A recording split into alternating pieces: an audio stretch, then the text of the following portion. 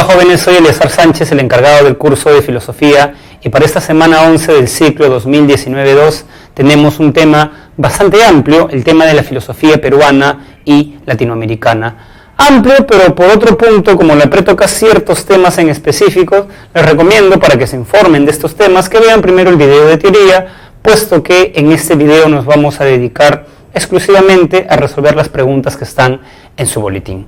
Sin mayor preludio, vayamos a la pregunta número 1, que dice lo siguiente. Un profesor decide leerle a sus alumnos el siguiente pasaje de la famosa película La controversia de Valladolid. Bárbaros son los que no viven de acuerdo con la razón natural. Prueba de ello son las historias de los cronistas que narran que los indios tienen malas costumbres, como la mala crianza de sus hijos, castigos brutales y los sacrificios humanos. ¿Qué problema del periodo de la filosofía escolástica se discute en este pasaje y qué pensador defendía dicha postura? A ver, recordemos que estamos en el periodo, como bien dice la pregunta, de la escolástica, ¿no? En la escolástica, jóvenes, se solía definir al hombre como un animal racional. Esa definición es la que da Aristóteles. Ustedes sabrán que Aristóteles influenció mucho en la filosofía medieval. Entonces, quienes poseen razón se consideraban seres humanos, ¿no? Son seres humanos. Y quienes no poseen razón se consideraba que no eran seres humanos. No son seres humanos. Es más, el mismo Aristóteles tenía esta diferencia. Aristóteles hablaba de los seres humanos, los animales racionales, los griegos, pero también hablaba de los seres que no poseían razón, los bárbaros, los persas, por ejemplo, para Aristóteles. Pero Aristóteles está discutiendo en el mundo griego. Esa definición de Aristóteles se trae con la conquista y se asume lo mismo, quienes tienen razón son seres humanos y quienes no lo tienen, no, y se aplica al problema del indígena, ¿no? Este es el famoso problema de la humanidad del indio. ¿Son seres humanos o no? ¿Qué pensador defendía que sí eran seres humanos? Quienes poseen razón son seres humanos. Bartolomé de las Casas. ¿Y quién defendía que no eran seres humanos? Ginés de Sepúlveda. Ahora, en la pregunta dice, ¿no?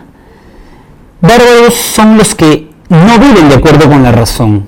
Prueba de ello son las historias de los cronistas que narran que los indios tienen malas costumbres, como la mala crianza de sus hijos. Parece que los incas eran bastante estrictos, por eso sale una mala crianza. Castigos brutales.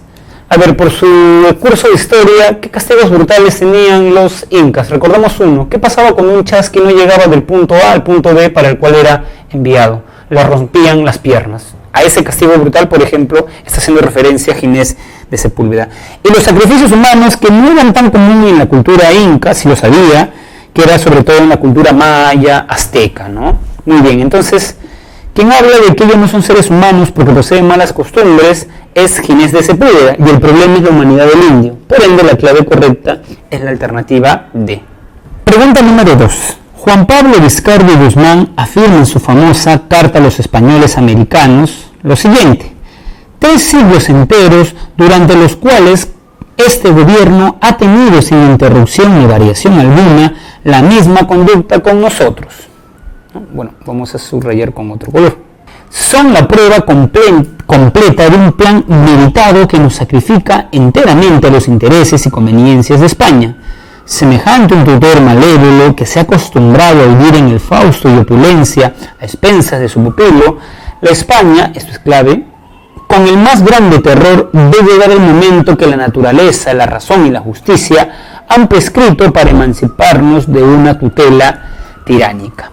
A ver, en el libro o en el panfleto, porque es un panfleto de digamos 20 y tantas páginas, Epístola a los Españoles Americanos, Vizcardo Guzmán, como he puesto debajo de la pregunta, hace una reseña de los 300 años de la historia americana, caracterizado por los abusos y el mal gobierno de los funcionarios españoles, ¿no? O sea, lo que está diciendo Vizcardo Guzmán es que se sacrifica América en pos de los intereses de España. Como dice literalmente, España vive a expensas de América. Incluso, y esto es de lo que se queja Vizcarra Guzmán, le da un maltrato a los descendientes de quienes permitieron la conquista, porque los conquistadores dejaron hijos acá, que como nacieron en Latinoamérica, son lo que las historias va a llamar españoles americanos, o respectivamente, dice Vizcarra Guzmán, criollos. Por esta situación de injusticia, según Vizcarra Guzmán, debemos emanciparnos, liberarnos, independizarnos. Por eso Juan Pablo Guzmán, recordarán en el esquema, era separatista. Además, Vizcarra Guzmán dice que no tenemos nada que perder, salvo las cadenas de nuestra esclavitud. Con estas ideas tenemos más herramientas para responder la pregunta que nos están formulando. ¿A qué hecho del periodo ilustrado hace referencia el pasaje citado? A la injusta expulsión de los jesuitas por parte de los españoles, no está hablando de eso. A la inminente independencia política que emprenderían los americanos, claro, ¿por qué es inminente? Vean estas tres últimas líneas. La España, como el más grande terror, ve llegar el momento en que la naturaleza han prescrito para emanciparnos de una tutela tiránica. El sometimiento de los indígenas por parte de la monarquía española, bueno, él también tiene algo sobre esto, pero en esta parte del texto que nos ha puesto no dice nada de eso. Al debate sobre la mejor forma de gobierno luego de la independencia, tampoco, porque ese es un debate del romanticismo, donde de ilustración. Y estamos con Vizcarra Guzmán en la ilustración. 3. Octavio está cansado de los casos de corrupción en la política peruana. Para él, la razón de esta lamentable situación radica en que nuestros representantes no están capacitados ni preparados para la labor política. Por eso, piensa que el gobierno del país debe recaer en los más educados, de modo tal que el pueblo solo debe reconocer a quienes cuentan, acá decir no a quienes cuentan con la suficiente preparación y confiar en ellos. El pensador con el cual guarda afinidad el pensamiento de Octavio es, Octavio nos está diciendo que existe corrupción porque hay representantes incapaces. O sea, no son los mejor preparados, son, podríamos decir, inferiores, los peores. Por el contrario, lo que dice Octavio es que si tuviéramos representantes capaces, o sea, bien preparados, o sea, los mejores, los superiores, entonces tendríamos un buen gobierno. Y además miren cómo termine. Por eso piensa que el gobierno del país debe requerir a los más educados, de modo tal que el pueblo solo debe reconocer a quienes cuentan con la suficiencia o con la suficiente preparación. ¿Qué quiere decir eso? Que el pueblo debe reconocer la autoridad de los mejores. No debe gobernar, debe reconocer la autoridad de los mejores. Esto, sin lugar a dudas, está haciendo referencia a la famosa, vamos a ponerlo con unas letras un poco más notorias, a la famosa soberanía de la inteligencia. Los inteligentes deben gobernar. Desde luego que sí, y el pueblo debe reconocer su... ¿Quién plantea esto? Bartolomé Herrera. Por ende, la clave es la alternativa A. Una periodista afirma lo siguiente en un programa de televisión. La medida de Vizcarra de cerrar el Congreso se justifica porque la población peruana estaba harta de este poder del Estado. Muy bien. El pueblo elige a sus representantes y si estos no cumplen sus funciones, puede retirarlos de sus respectivos cargos. Por esto considero que la medida que llevó a cabo el presidente Vizcarra nos recuerda que el poder radica fundamentalmente en la población. O sea, el poder de los gobernantes no está en Dios, como creían algunos, sino el poder de los gobernantes está en el pueblo. El poder está en el pueblo. Y si bien el pueblo elige representantes, el pueblo puede desacreditarlos. Pensemos en, hace un par de años vivimos este periodo de la revocatoria con Susana Villarán. O sea, no estamos de acuerdo con elegimos un candidato para tales funciones y vemos que no los cumple, entonces podemos, hablar de la revocatoria. Es un mecanismo legal, además, porque en realidad la fuente del poder es la población. Esto, ¿no?, nos recuerda la famosa soberanía popular. Y quien planteaba esto era el periodista Benito Lazo. Por ende, la clave correcta es la alternativa A. Pregunta número 5. Manuel González Prada, ¿no? Manuel González Prada fue un crítico implacable de la clase dirigente peruana por su improvisación e ineptitud al momento de enfrentar los grandes problemas de nuestro país. Guerra del Pacífico, por ejemplo. Asimismo, es recordado por haber enfatizado en la relevancia que tiene para el desarrollo de Perú o del Perú que la religiosidad cristiana deje de tener un influjo tan poderoso en los distintos niveles de la sociedad. Por lo anterior, este intelectual peruano planteó que el progreso del país dependía considerablemente de que, González Prada dice este texto, criticó a la clase dirigente peruana. Muy bien. Y dijo que la religión no debía tener un poder fuerte en la sociedad. ¿Por qué? Porque González Prada era, recordemos, un positivista. Y recordemos que el positivismo plantea la famosa ley de los 3 estadios. Tenemos el estadio teológico, el estadio metafísico y el estadio positivo. Y desde luego acá está la idea de progreso. ¿Qué quiere decir González Prada? Si estamos en la época del estadio positivo, ¿qué estás enseñando filosofía y teología si eso no ha hecho progresar a ningún pueblo? Dice González Prada. Entonces, si él habla del progreso, para que haya progreso, ¿qué tiene que haber? ¿Que se enseñe teología? No, porque la teología es una tara para el progreso, según el esquema de Comte, no es el último estadio. ¿Se fomenta la cultura y sobre todo la literatura? No, porque eso no es útil para la sociedad, o sea, utilidad que nos haga progresar, podríamos decir. La raza peruana se mezcla con otras razas superiores, esa es otra idea de otro periodo, del espiritualista Alejandro Deusto. Se difunda la ciencia en la educación pública, esa es la clave, puesto que él es positivista.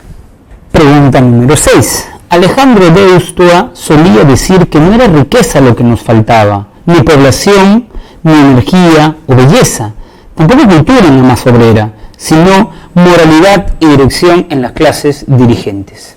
Eso hasta ahora sigue siendo cierto, ¿no? Faltan valores y éticas en la clase gobernante. Si asumimos como correcto el análisis de Deustua sobre la sociedad peruana de comienzos del siglo XX, podemos estar de acuerdo en su propuesta de, Alejandro Deustua, recuerden, no compartía las ideas de Villarán. Villarán proponía, puesto que era positivista, una educación técnica para la mayoría, para la masa obrera, para el pueblo. En cambio, Deustua dice que no. Primero porque el problema del Perú no es incrementar el PBI, no es tener más dinero, como lo dice el texto, sino el problema es una crisis de valores. Entonces debes dar un curso de moralidad, de principios, digamos, un curso humanístico para que haga mejor al hombre, pero no a todos, porque no todos van a gobernar, sino a la élite gobernante, ¿no? Esa es la teoría de esto. Entonces debemos centrarnos en los valores de la élite, ¿no? Entonces, para eso debemos fomentar ¿qué tipo de educación? Ciencias naturales, no, él no es positivista. Alejandro Deusto, jóvenes, recordemos, es espiritualista. Estamos con él en el espiritualismo, ¿no? Acá está el espiritualismo. Más bien es Villarán positivista. Un positivista sí diría eso, por ejemplo, pero no un espiritualista. Entonces no puede ser la A. Que todo joven universitario leyera los libros de Bergson. Bueno, es importante que lean porque es el fundador del espiritualismo, pero no se reduce a eso. Por eso no podría ser la B. Fomentar una educación humanística, exacto, porque eso los hará mejores. Enseñar cursos de ética y moral dirigido a toda la población, no, porque toda la población no va a gobernar. La clave es la alternativa C. En una conferencia, un teólogo lee el siguiente pasaje de la Biblia. ¿Qué pasaje es este, profesor? Esto está en Mateo, capítulo 25, versículo 35, ¿no? Si quieren, digamos, buscarlo y leer el pasaje completo. Porque tuve hambre y me diste de comer, tuve sed y me diste de beber, fui forastero y me recogiste. Entonces los justos le responderán, Señor, ¿cuándo te vimos hambriento y te sustentamos, o sedientos y te dimos de beber? Y respondiendo el rey, o sea Jesús, les dirá: de cierto les digo, en cuanto lo hiciste a uno de estos, mis hermanos más pequeños, eso es clave ahí, mis hermanos más pequeños, lo hiciste conmigo. Esta cita bíblica otorga fundamento a la tesis básica de la teología de la liberación que defiende Haber Jóvenes. Este pasaje comienza con la venida de Cristo, la parusía, lo que se llama en teología la parusía. A ver, jóvenes, vamos a explicar el contexto de este pasaje de la Biblia. Jesús resucita, o sea, se cumple la parusía, la segunda venida de Cristo, y Cristo divide en dos bandos a la humanidad. A uno les dice que se pongan a la derecha y a otros a los de la izquierda. Los de la derecha son los justos y los de la izquierda son los malditos. Y Jesús dice lo que está ahí. El criterio para dividirlos es cómo lo trataron. Cuando me vistes sediento, me diste de beber. Cuando me vistes hambriento, me diste de comer. Cuando fui forastero, me recogiste. Cuando estuve enfermo, fuiste al hospital, fuiste a la cárcel. Entonces, los justos le dicen a Jesús: Jesús, pero yo nunca te vi enfermo, nunca te vi sediento. Y esa parte es interesante de la Biblia. Jesús dice: si lo hiciste con el más pequeño, con el pobre, entonces lo hiciste conmigo.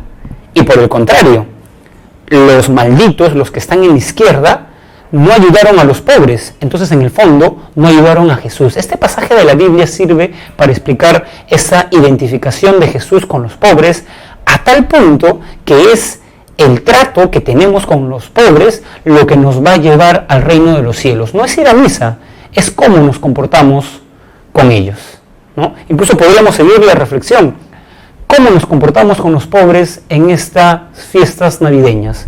¿Los ayudamos? ¿Les damos de comer? Esto porque a la larga no va a ser ir a una misa el criterio de la salvación, según este pasaje de la Biblia, sino va a ser nuestro trato con los pobres, ¿no? Esta es una idea que defiende la teología de la liberación y además es el corazón de la teología de la liberación, que se conoce como la preferencia de los pobres. Esto que les he explicado, de manera oral, lo he traducido en un cuadro. Ahí están en la derecha los justos, en la izquierda los malditos. Es más, estos irán a la vida eterna y los otros irán al castigo eterno. El castigo eterno. ¿Eso qué quiere decir? Que el trato con los pobres, el trato con los pobres es fundamental. Eso es la preferencia por los pobres. El padre Gutiérrez hablaba de una iglesia pobre para los pobres. Así surge el cristianismo primitivo. Entonces, esta cita bíblica otorga fundamento a las tesis básicas de la teología de la liberación, que defiende la preferencia y preocupación por los pobres. Entonces, la alternativa es la clave B. Un profesor les pregunta a sus alumnos: ¿ustedes creen que los filósofos latinoamericanos han desarrollado una filosofía propia, distinta a la europea? Sofía decide intervenir y dice lo siguiente: considero que los periodos de la filosofía latinoamericana y peruana son copias de los movimientos europeos. Por citar un caso, cuando el positivismo estuvo de moda en Francia, tuvo mucha acogida en Latinoamérica y el Perú. Esto demuestra que nuestra filosofía no es original. Se está discutiendo el segundo problema clave, jóvenes, de la filosofía latinoamericana: el problema de la autenticidad. Lo que dice Sofía es algo bastante sensato e inteligente, diría yo. ¿Qué dice Sofía? A ver, tenemos acá los periodos de la filosofía europea. Acá vamos a poner los periodos de la filosofía latinoamericana. Por ejemplo, la escolástica surgió, a finales del siglo XI, siglo X. El máximo representante fue Tomás de Aquino, en Europa.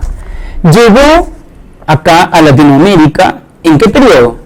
En el siglo XVI, el debate de la humanidad del indio, Bartolomé de las Casas y Ginés de Sepúlveda. Acá también tenemos escolástica. La Ilustración surge en la primera mitad del siglo XVIII. Diderot, D'Alembert, Montesquieu, Voltaire, Rousseau, Kant, Hume, todos ellos son ilustrados. llega acá a Latinoamérica en la segunda mitad. Tenemos a Vizcarra y Guzmán, por ejemplo.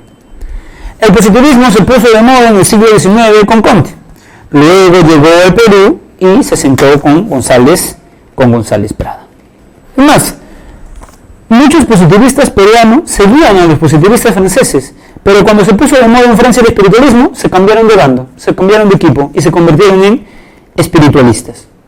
El ejemplo es el mismo Alejandro Deusto. Primero era positivista y luego espiritualista. Por eso su frase es orden y libertad. No es orden y progreso como un positivista, sino le agrega el concepto básico del espíritu, la libertad. Entonces, ¿qué está diciendo Sofía? Que acá copiamos lo que está de moda en la filosofía europea. Por eso no es original. ¿Qué pensador tiene una perspectiva afín a la de Augusto Salazar Bondy? Que recuerden, dice que la filosofía es imitativa porque copia ismos europeos. Y esto se prueba acá. Entonces la clave es la alternativa C. Muy bien, jóvenes, ahora vamos a resolver la lectura. Es la lectura de un filósofo sanmarquino, lamentablemente ya falleció, es uno de nuestros últimos grandes filósofos. El libro se llama La filosofía contemporánea en el Perú. ¿Qué nos dice esta lectura? En 1925, José Carlos Mariátegui se preguntaba: ¿existe un pensamiento hispanoamericano? ¿Qué creen que decía Mariátegui? Ofrecía una respuesta negativa. Me parece evidente la existencia de un pensamiento francés y un pensamiento alemán en la cultura de Occidente. No me parece igualmente evidente, en el mismo sentido, la existencia de un pensamiento hispanoamericano. O sea, Mariátegui no creía que había un pensamiento propio en Latinoamérica. Pero miren qué dice sobre Villa. Nosotros pensamos que si el día de hoy Mariátegui tuviera a la vista los escritos de Augusto Salazar Bondy sobre dominación y liberación, cambiaría sin duda de opinión. A ver, esto es un ejemplo mental. ¿Por qué? Porque Mariátegui vivió antes de Salazar Bondy. Lo que está diciendo sobre Villa es que si Mariátegui hubiera leído los escritos de Salazar Bondy, hubiera cambiado de opinión, o sea, no hubiera negado la existencia de una filosofía original en Latinoamérica, ¿no? Ya que ellos, o sea, los libros de Salazar Bondy, dan testimonios de un pensamiento hispanoamericano que no es meramente imitativo del de los bloques de poder, aunque haya aprendido de él. Salazar Bondy conocía muy bien la filosofía analítica, a Wittgenstein, conocía la fenomenología de Husserl y conocía el existencialismo de Sartre y Heidegger y el marxismo. O sea, conocía la filosofía occidental, pero reorienta su labor en el sentido de promover el final de la dominación, ¿no? Ese es el fin de la filosofía para Salazar Bondy, el tercer mundo. En verdad, esto es lo que explica que, pese a todo lo criticable que pudiéramos encontrar en ellos, los textos de Salazar Bondy se encuentran entre los más originales e influyentes que ha producido, vamos a subrayar esto, influyentes que ha producido el pensamiento peruano y latinoamericano. Ojo, Salazar Bondy no solamente es nuestro mejor filósofo como peruanos, es uno de los mejores filósofos latinoamericanos. Cuando uno conoce personas de otros países en congresos de filosofía, en Argentina, en México, te preguntan por Salazar, ¿no? También por Mariátegui. O sea, estos son pensadores que pasan las fronteras peruanas y son ya de talla latinoamericana, ¿no? Muy bien, muy interesante, sugerente esta lectura. La pregunta es, ¿qué idea busca transmitir la lectura anterior? José Carlos Mariátegui es injusto al decir que el pensamiento latinoamericano es imitativo, pues no había leído a Salazar. ¿Cómo le va a leer si Salazar nació después de que Mariátegui muriera, ¿no? Las reflexiones de Salazar Bondy muestran que la filosofía latinoamericana es inauténtica, ya que critica autores europeos. Bueno, muestra que es auténtica, más bien sobre ella está definiendo que muestra que es auténtica, ¿no? Para José Carlos Mariátegui, la filosofía de Salazar Bondy es poco práctica y nunca ataca la situación real de dominación, ¿no? O sea, esa lectura o esa clave se deduce, no, porque acá tenemos que promueve el final de la dominación de los países del tercer mundo. Esto refuta que sea la C, por ejemplo. B. A pesar de que Salazar Bondy considera que la filosofía latinoamericana es inauténtica, sus reflexiones son innovadoras en efecto. Muy bien, jóvenes, hemos resumido varios siglos de la filosofía, hemos visto los periodos. Ahora sí, ustedes tienen herramientas para que piensen por ustedes mismos y le den respuesta con sus propios argumentos a esta pregunta que le quita el sueño a los filósofos latinoamericanos. ¿Existe una filosofía original? ¿Qué piensan ustedes ahora con las ideas vertidas en esta clase, tanto en el video de teoría como en el video de práctica? Nos vemos la siguiente semana.